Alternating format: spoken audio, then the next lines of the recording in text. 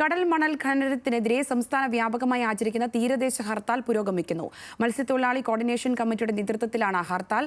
വിവിധ മത്സ്യത്തൊഴിലാളി സംഘടനകൾ, ബോട്ട് ഉടമകൾ, മത്സ്യത്തൊഴിലാളി സമൂഹം തുടങ്ങിയവർ ഹർത്താലിന്റെ ഭാഗമാണ്.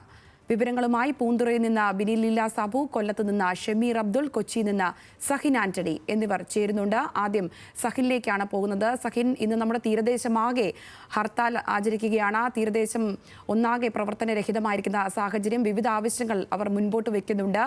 എന്താണ് അവിടെ കൊച്ചിയിലെ സാഹചര്യം?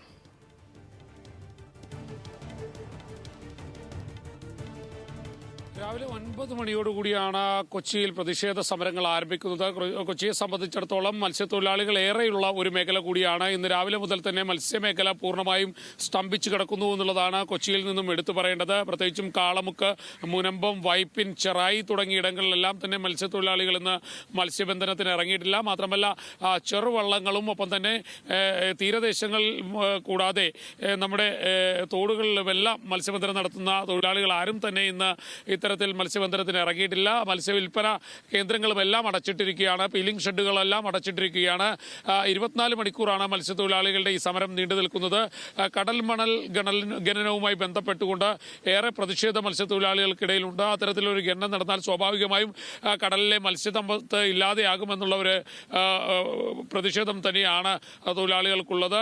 ഈ ഘട്ടത്തിൽ ശക്തമായ സമരവുമായി മുന്നോട്ട് പോകാനാണ് തൊഴിലാളികൾ തീരുമാനിച്ചിരിക്കുന്നതും.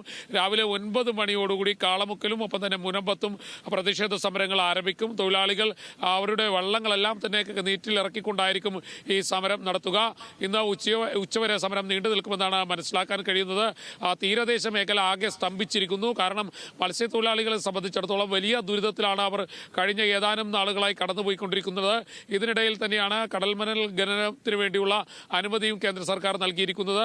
അത് മത്സ്യമേഖലയെ ആകെ തകർത്ത് തരിപ്പണമാക്കുമെന്ന് തന്നെയാണ് തൊഴിലാളികൾ പറയുന്നതും. പ്രത്യേകിച്ചും കൊല്ലം മേഖലയിൽ നിന്നും ഇത്തരത്തിൽ കടൽമണൽ എടുത്തു കഴിഞ്ഞാൽ സ്വാഭാവികമായും അവിടെ ഉണ്ടാകുന്ന മത്സ്യസമ്പത്ത് പൂർണ്ണമായും ഇല്ലാതെയാവും. അങ്ങനെ തന്നെ അതുകൊണ്ട് തന്നെ അത് കാര്യമായി തന്നെ മത്സ്യമേഖലയെ ബാധിക്കും. ഇത് തന്നെയാണ് കൊച്ചിയിലും ആകമാനമുള്ളത്. കൊച്ചിയിൽ വലിയ രീതിയിൽ മത്സ്യ തൊഴിലാളികൾ തിങ്ങിപ്പാർക്കുന്ന ഇടങ്ങൾ ഏറെയുണ്ട്. വൈപ്പിൻ, ചെല്ലാനം, ഒപ്പം തന്നെ ചെറായി, മുനമ്പം തുടങ്ങിയ ഇടങ്ങളിലെല്ലാം മത്സ്യത്തൊഴിലാളികളുടെ കേന്ദ്രങ്ങളാണ്. അവിടെ ഒന്നും തന്നെ ഇന്ന് മത്സ്യത്തൊഴിലാളികൾ നീറ്റിൽ ഇറങ്ങിയിട്ടില്ല എന്നുള്ളതാണ് കൊച്ചിയിൽ നിന്നും പറയാനുള്ളത്. ശരി സഹിൻ, ഇനി കൊല്ലത്തേക്ക് കൂടി പോവുകയാണ്. അവിടെ ഷമീർ അബ്ദുള്ളുണ്ട്. ഷമീർ, ഇപ്പോൾ സഹിൻ സൂചിപ്പിച്ച പോലെ കൊല്ലത്തെ സാഹചര്യം നമുക്ക് വ്യക്തമായ കാര്യമാണ്.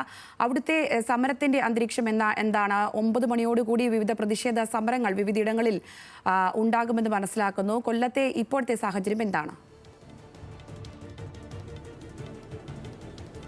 സംഗീത, കൊല്ലത്ത് സമരം പൂർണ്ണമാണ്. 125 കേന്ദ്രങ്ങളിലാണ് ഈ സമരം നടക്കുന്നത്. കൊല്ലത്താണ് ഈ കരിമണൽ ഖനനം ആദ്യം ആരംഭിക്കുന്നത്. ഈ മണൽ ഖനനം ആദ്യം ആരംഭിക്കുന്നത് തങ്കശ്ശേരിയിൽ നിന്ന് ആരംഭിച്ച് കൊല്ലം തീരത്തിന് 12 നോട്ടിക്കൽ മൈൽ ഇപ്പുറത്തൊക്കെയാണ് ഇത്തരത്തിൽ ഈ ആഴത്തിൽ ഈ മണൽ ഇവിടുന്ന് എടുത്തുകൊണ്ടുപോകാൻ തീരുമാനിച്ചിരിക്കുന്നത്. പക്ഷേ ഈ കൊല്ലം പരപ്പെന്നാണ് മത്സ്യത്തൊഴിലാളികൾ ഇതിനെ പറയുന്നത്. അതായത് വർക്കല മുതൽ ആലപ്പുഴ ജില്ലയുടെ അമ്പലപ്പുഴ വരെ വരുന്ന ഭാഗം, ഇവിടെയാണ് കൂടുതൽ മത്സ്യസമ്പത്തുള്ളത്. ഇവിടെ നിന്നും ഇത്തരത്തിൽ മത്സ്യങ്ങൾ കൂടുതലായി ലഭിക്കുന്ന മത്സ്യങ്ങൾ, അതായത് വളരെ റെയറായി ലഭിക്കുന്ന മത്സ്യങ്ങൾ ഈ ഭാഗത്താണ് ഉള്ളത്. അതുകൊണ്ട് തന്നെ ഈ ഭാഗത്ത് നിന്നും ഖനനം നടത്തിയാൽ മത്സ്യമേഖലയ്ക്ക് തന്നെ വലിയ ഭീഷണി നേരിടും, തീരം ഇല്ലാതാകും തുടങ്ങിയ വിവിധ ആകുലതകൾ മത്സ്യത്തൊഴിലാളികൾക്കുണ്ട്. നമ്മളിപ്പോൾ കാണുന്നത് ശക്തികുളങ്ങര ഹാർബറാണ്. ശക്തികുളങ്ങര ഹാർബറിൽ നമുക്ക് കാണാം ഏതാണ്ട് 1500ഓളം ബോട്ടുകൾ ഈ ഭാഗത്ത് തന്നെ പുലർച്ചെയോടെ മത്സ്യബന്ധനം നടത്തി ഇവിടെ എത്തി മത്സ്യവിപണനം നടത്തുന്ന ഈ ഹാർബർ പൂർണ്ണമായും അടഞ്ഞു കിടക്കുകയാണ്. ഇവിടെ തന്നെ ഒറ്റ ബോട്ടുകൾ ഇല്ല. തൊട്ട് അങ്ങേ സൈഡിൽ കാണുന്നത് നീണ്ടകര ഹാർബർ, സംസ്ഥാനത്തെ ഏറ്റവും വലിയ ഹാർബറുകളിൽ 2 ഹാർബറുകളാണ് ദൃശ്യങ്ങളിൽ കാണുന്നത്. ഈ ഹാർബറുകളെല്ലാം തന്നെ പൂർണ്ണമായി അടഞ്ഞു കിടക്കുകയാണ്. അതായത് ഒരു ട്രോളിങ്ങിന് സമാനമായി ഒരു സാഹചര്യം ഇപ്പോൾ ഇവിടെ ഉണ്ട്. അതായത് എല്ലാ മത്സ്യത്തൊഴിലാളികളും, അനുബന്ധ തൊഴിലാളികൾ, അതുപോലെ തന്നെ പീലിംഗ് വിഭാഗത്തിലെ തൊഴിലാളികൾ, വിപണനക്കാർ എല്ലാവരും ഇത്തരത്തിലൊരു സമരവുമായി പൂർണ്ണമായും സഹകരിക്കുന്ന ഒരു കാഴ്ചയാണ് കാണാൻ കഴിയുന്നത്. അത്രത്തോളം വലിയ വികാരം തീരദേശ മേഖലയിൽ ഇതുമായി ബന്ധപ്പെട്ട് ബന്ധപ്പെട്ട് അലയടിക്കുന്നുണ്ട്. എന്തായാലും കൊല്ലം തീരത്ത് ആരംഭിക്കാൻ പോകുന്ന ഖനനത്തിനെതിരെയുള്ള സമരം ഇപ്പോൾ പൂർണ്ണമാണ്.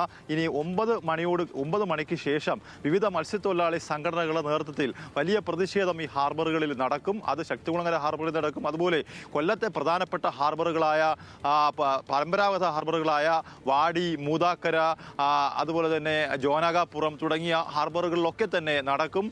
ദൃശ്യങ്ങളിൽ കാണുന്നത് ഏറ്റവും വലിയ ഹാർബറാണ്. ഇവിടെ ഏറ്റവും വലിയ വിപണന കേന്ദ്രമാണ് കൊല്ലത്തെ ഈ ഹാർബർ. ഈ ഹാർബറൊക്കെ തന്നെ കഴിഞ്ഞ രാത്രി 12 മണി മുതൽ തന്നെ പൂർണ്ണമായും അടഞ്ഞുകിടക്കുകയാണ്. മത്സ്യം എടുക്കാൻ വന്ന വാഹനങ്ങൾ ഉൾപ്പെടെ വിവിധ എക്സ്പോർട്ടിംഗ് കമ്പനികളുടെ വാഹനങ്ങൾ ഉൾപ്പെടെ ഇവിടെ നിർത്തിയിട്ടിരിക്കുകയാണ്. അത്തരത്തോളം ഒരു വികാരം തീരപ്രദേശത്ത് മത്സ്യത്തൊഴിലാളികളുടെ ഭാഗത്തു നിന്നുമുണ്ട്. ആ വികാരം അവർ ഇന്നത്തെ സമരത്തിൽ പ്രകടിപ്പിക്കുകയും ചെയ്യും. എന്തായാലും എല്ലാ മത്സ്യത്തൊഴിലാളി സംഘടനകളും, ധീവരസഭ, അതുപോലെ തന്നെ മത്സ്യത്തൊഴിലാളി സംയുക്ത തൊഴിലാളി സംഘടനകൾ, മത്സ്യത്തൊഴിലാളി കോൺഗ്രസ്, CIT തുടങ്ങിയ എല്ലാ സംഘടനകളും ഈ സമരത്തിന് ഐക്യദാർഢ്യം പ്രഖ്യാപിച്ചുകൊണ്ട്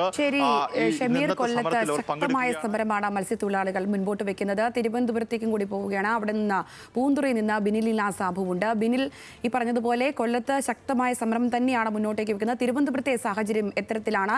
ഏതൊക്കെ പ്രധാന കേന്ദ്രങ്ങളിലാണ് ശക്തമായ പ്രതിഷേധങ്ങൾ നടക്കുന്നത്?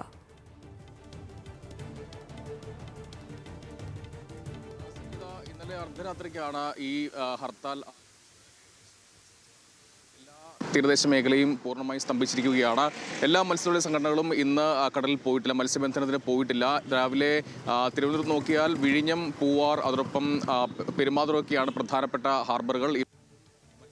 മത്സ്യത്തൊഴിലാളികൾ പോയിട്ടില്ല. എല്ലാ സംഘടനകളും ഈ സംയുക്തമായി ഈ സമരത്തിൽ പങ്കെടുക്കുന്നുള്ളതാണ് ഏറ്റവും പ്രധാനപ്പെട്ട കാര്യം. ഇവർ പറയുന്നത് ഈ തീരുമാനം പിൻവലിക്കാതെ പിന്നോട്ട് പോകില്ല എന്നാണ് ഈ മത്സ്യത്തൊഴിലാളി സംഘടനകൾ പറയുന്നത്. മാത്രമല്ല, ഇതൊരു സൂചനാ സമരമാണെന്നാണ് പ്രധാനമായും ഇവർ പറയുന്നത്. മാർച്ച് 12-ാം തീയതി പാർലമെന്റിലേക്ക് മാർച്ച് നടത്താൻ, അതായത് ഈ തീരുമാനം പിൻവലിക്കണമെന്ന് ആവശ്യപ്പെട്ട് മാർച്ച് നടത്താൻ തീരുമാനിച്ചിട്ടുണ്ട്. നിലവിൽ എന്തായാലും സഭയുടെ പിന്തുണ. ശരി ബിനിൽ, എന്താണെങ്കിലും കടൽ മണൽ ഖനനത്തിനെതിരായിട്ടുള്ള ഹർത്താൽ, തീരദേശ ഹർത്താൽ പുരോഗമിക്കുകയാണ്. വിശദാംശങ്ങൾ പങ്കുവയ്ക്കുകയായിരുന്നു ബിനിൽ സാബുവും ഷമീർ അബ്ദുള്ളും സഹിൻ ആന്റണിയും.